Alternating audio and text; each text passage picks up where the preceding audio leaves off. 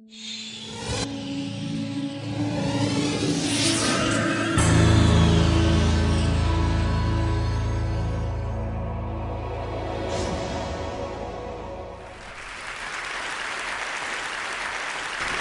love a challenge, and saving the Earth is probably a good one. We all know the Earth is in trouble. We have now entered into 6X, the sixth major extinction on this planet. I often wondered if there was a united organization of organisms, otherwise known as uh-oh, and every organism had a right to vote. Will we be voted on the planet or off the planet? I think that vote is occurring right now. I want to present to you a suite of 6 mycological solutions using fungi, and these solutions are based on mycelium. The mycelium infuses all landscapes. It holds soils together. It's extremely tenacious. It holds up to 30,000 times its mass. They're the grand molecular disassemblers of nature, the soil magicians. They generate the humus soils across the land masses of Earth. We have now discovered that there is a multi-directional transfer of nutrients between plants mitigated by the mycelium. So the mycelium is the mother that is giving nutrients from alder and birch trees to hemlock, cedars, and Douglas firs. Dusty and I, we like to say on Sunday, this is where we go to church. I'm in love with the old growth forest, and I'm a patriotic American because we have those. Most of you are familiar with portobello mushrooms, and frankly, I face a big obstacle when I mention mushrooms to somebody. They immediately think portobellos or magic mushrooms, their eyes glaze over, and they think I'm a little crazy. So I hope to pierce that prejudice forever with this group. We call it mycophobia, the irrational fear of the unknown when it comes to fungi. Mushrooms are very fast in their growth, day 21, day 23, day 25. Mushrooms produce strong antibiotics. In fact, we're more closely related to fungi than we are to any other kingdom. A group of 20 eukaryotic microbiologists published a paper 2 years ago erecting Opisthokonta, a super kingdom that joins Animalia and fungi together. We share in common the same pathogens. Fungi don't like to rot from bacteria, and so our best antibiotics come from fungi.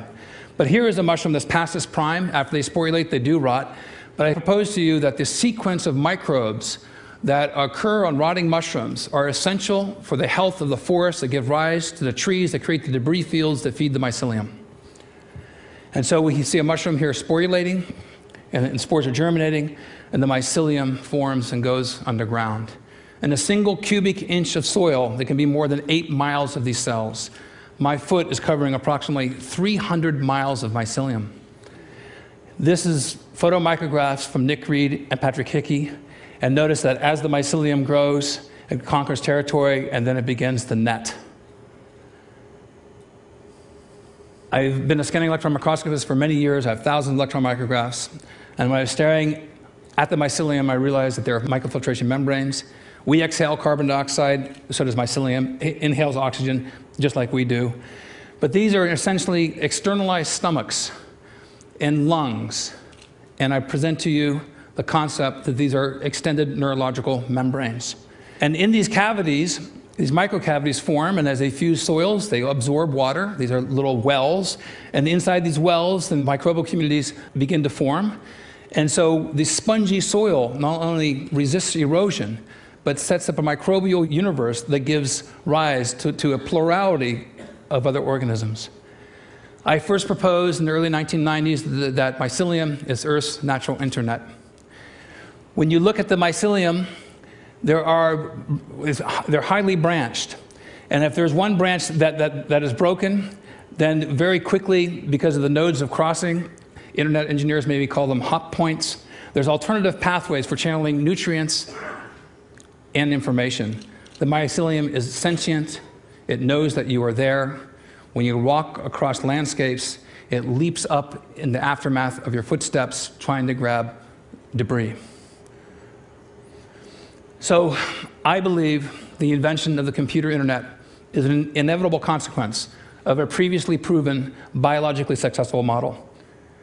The Earth invented the computer internet for its own benefit, and we now, being the top organism on this planet, is trying to allocate resources in order to protect the biosphere. Going way out, dark matter conforms to the same mycelial archetype. I believe matter begets life. Life becomes single cells become strings, strings become chains, chains network. And this is the paradigm that we see throughout the universe.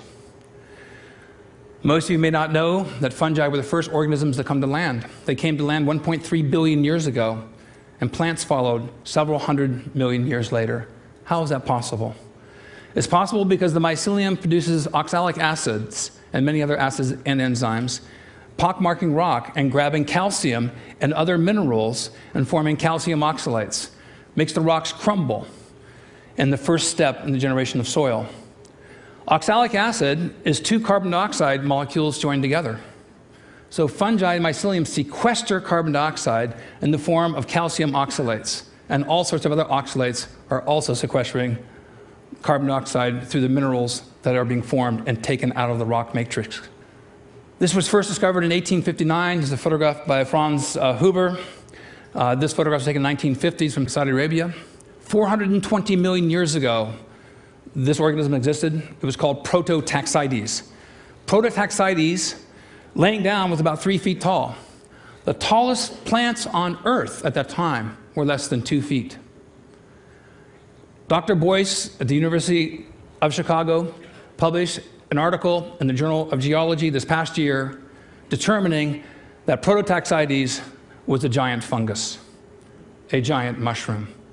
Across the landscapes of Earth were dotted these giant mushrooms all across most land masses, and these existed for tens of millions of years.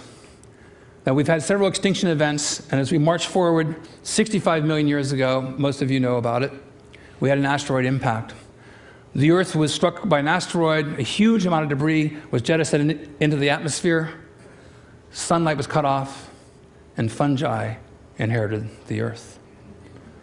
Those organisms that paired with fungi were rewarded because fungi do not need light. More recently, at Einstein University, they just determined that fungi use radiation as a source of energy, much like plants use light. So the prospect of fungi existing on other planets elsewhere, I think, is a foregone conclusion, at least in my own mind. The largest organism in the world is in eastern Oregon. I couldn't miss it. It was 2,200 acres in size. 2,200 acres in size, 2,000 years old. The largest organism on the planet is a mycelial mat, 1 cell wall thick. How is it that this organism can be so large and yet be 1 cell wall thick, whereas we have 5 or 6 skin layers that protect us? The mycelium, in the right conditions, produces a mushroom. It bursts through with such ferocity it can break asphalt. We were involved in several experiments. I'm going to show you 6, if I can, solutions for helping to save the world. Battelle Laboratories and I joined up in Bellingham, Washington. There were 4 piles saturated with diesel and other petroleum waste. One was a control pile. One pile was treated with enzymes. One pile was treated with bacteria. And our pile we inoculated with mushroom mycelium. The mycelium absorbs the oil. The mycelium is producing enzymes, peroxidases, that break carbon-hydrogen bonds. These are the same bonds that hold hydrocarbons together. So the mycelium becomes saturated with the oil, and then when we returned 6 weeks later, all the tarps were removed, all the other piles were dead, dark, and stinky. We came back to our pile, it was covered with hundreds of pounds of oyster mushrooms, and the color changed to a light form. The enzymes remanufactured the hydrocarbons into carbohydrates, fungal sugars. Some of these mushrooms are very happy mushrooms. They're very large. They're showing how much nutrition that they could have obtained. But something else happened, which was an epiphany in my life. They sporulated. The spores attract insects. The insects laid eggs. Eggs became larvae. Birds then came bringing in seeds. And our pile became an oasis of life. Whereas the other 3 piles were dead, dark, and stinky. And the PAHs, the aromatic hydrocarbons, went from 10,000 parts per million to less than 200 in 8 weeks. The last image we don't have, the entire pile was a green berm of life. These are gateway species, vanguard species that open the door for other biological communities. So I invented burlap sacks, bunker spawn, and putting the mycelium, using storm-blown debris. You can take these burlap sacks and put them downstream from a farm that's producing E. coli or other waste, or a factory with chemical toxins, and it leads to habitat restoration. So we set up a site in Mason County, Washington, And we've seen a dramatic decrease in the amount of coliforms. And I'll show you a graph here. This is a logarithmic scale, 10 to the 8th power. There's more than 100 million colonies per gram. And 10 to the 3rd power is around 1,000. In 48 hours to 72 hours, these three mushroom species reduced the amount of coliform bacteria 10,000 times. Think of the implications. This is a space-conservative method that uses storm debris, and we can be guaranteed that we'll have storms every year. So this one mushroom in particular has drawn our interest over time. This is my wife, Dusty, with a mushroom called Fomitopsis officinalis, agarikon. It's a mushroom exclusive to the old-growth forest. The Dioscorides first described in 65 AD as a treatment against consumption. This mushroom grows in Washington State, Oregon, Northern California, British Columbia, now thought to be extinct in Europe. May not seem that large. Let's get closer. This is an extremely rare fungus. Our team, and we have a team of experts that go out, we went out 20 times in the old-growth forest last year. We found one sample to be able to get into culture.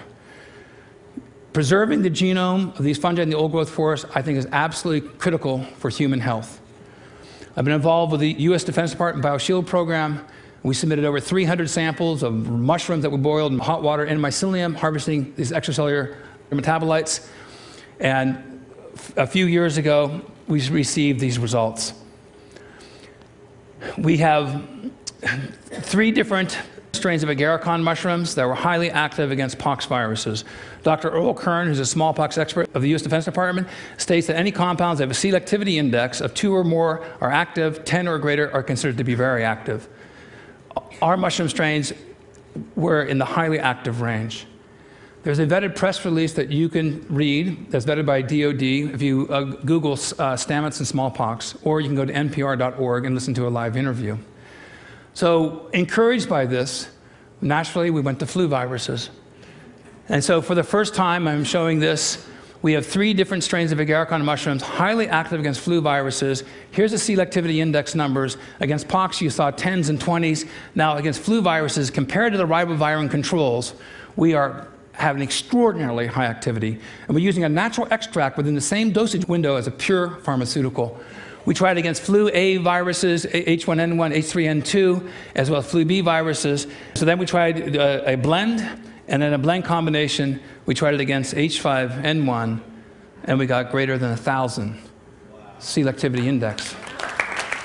I then think that we can make the argument that we should save the old-growth forest as a matter of national defense.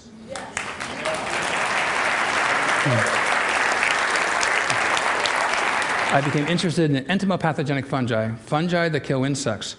Our house is being destroyed by carpenter ants. So I went to the EPA homepage, and they were recommending studies with Metarhizium species, a group of fungi that kill carpenter ants, as well as termites. I did something that nobody else had done.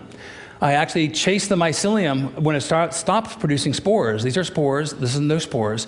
I was able to morph the culture into a non-sporulating form. And so the industry has spent over $100 million specifically on bait stations to prevent termites from eating your house. But the insects aren't stupid. They would avoid the spores when they came close. And so I morphed the cultures into a non-sporulating form. And I got my daughter's Barbie doll dish. I put it right with a bunch of carpenter ants. We're making debris fields every day in my house. And the ants were attracted to the mycelium because there's no spores. They gave it to the queen. 1 week later, I had no sawdust piles whatsoever. And then a delicate dance between dinner and death. The mycelium is consumed by the ants. They become mummified, and boing, a mushroom pops out of their head. Now, after sporulation, the spores repel, so the house is no longer suitable for invasion. So you have a near-permanent solution for reinvasion of termites. And so my house came down. I received my first patent against carpenter ants, termites, and fire ants. Then we tried extracts, and lo and behold, we can steer insects to different directions. This has huge implications. I then received my second patent. This is a big one. It's been called an Alexander Graham Bell patent because it covers over 200,000 species. This is the most disruptive technology, I've been told by executives of the pesticide industry, that they have ever witnessed. This could totally revamp the pesticide industries throughout the world. You could fly 100 PhD students under the umbrella of this concept, because my supposition is that entomopathogenic fungi, prior to sporulation, attract the very insects that are otherwise repelled by those spores. And so I came up with a life box, because I needed a delivery system. The life box, you could be getting a DVD of the TED conference. You had soil, you had water, you have mycorrhizal and endophytic fungi, as well as spores like of the agarikon mushroom. The seeds then are mothered by this mycelium, and then you put tree seeds in here, and then you end up growing potentially an old-growth forest from a cardboard box. I want to reinvent the delivery system and the use of cardboard around the world so they become ecological footprints. If there's a YouTube-like a site that you could put up, you can make it interactive, zip code specific, where people could join together, and through satellite imaging systems, through Virtual Earth or Google Earth, you could confirm carbon credits are being sequestered by the trees that are coming through life boxes. You could take a cardboard box delivering shoes. You could add water. I developed this for DARPA, for the refugee community, corns, beans, and squash, and onions. I took several containers. My wife said if I could do this, anybody could. And I ended up growing a seed garden. And you harvested the seeds. And thank you, Eric Rasmussen, for your help on this. And then harvesting the seed garden, then you can harvest the kernels. And then I just need a few kernels. I add mycelium to it. And then I inoculate the corn cobs. Now, 3 corn cobs, no other grain, lots of mushrooms begin to form, too many withdrawals from the carbon bank. And so this population will be shut down. But watch what happens here. The mushrooms that are harvested, but very importantly, the mycelium is converted to cellulose and to fungal sugars. And so I thought, how could we address the energy crisis in this country? And we came up with Econol. Generating ethanol from cellulose using mycelium as an intermediary, and you gain all the benefits that I've described to you already. But to go from cellulose to ethanol is ecologically unintelligent, and I think that we need to be ecologically intelligent about the generation of fuels, so we build the carbon banks on the planet, renew the soils. These are species that we need to join with. I think engaging mycelium can help save the world. Thank you very much.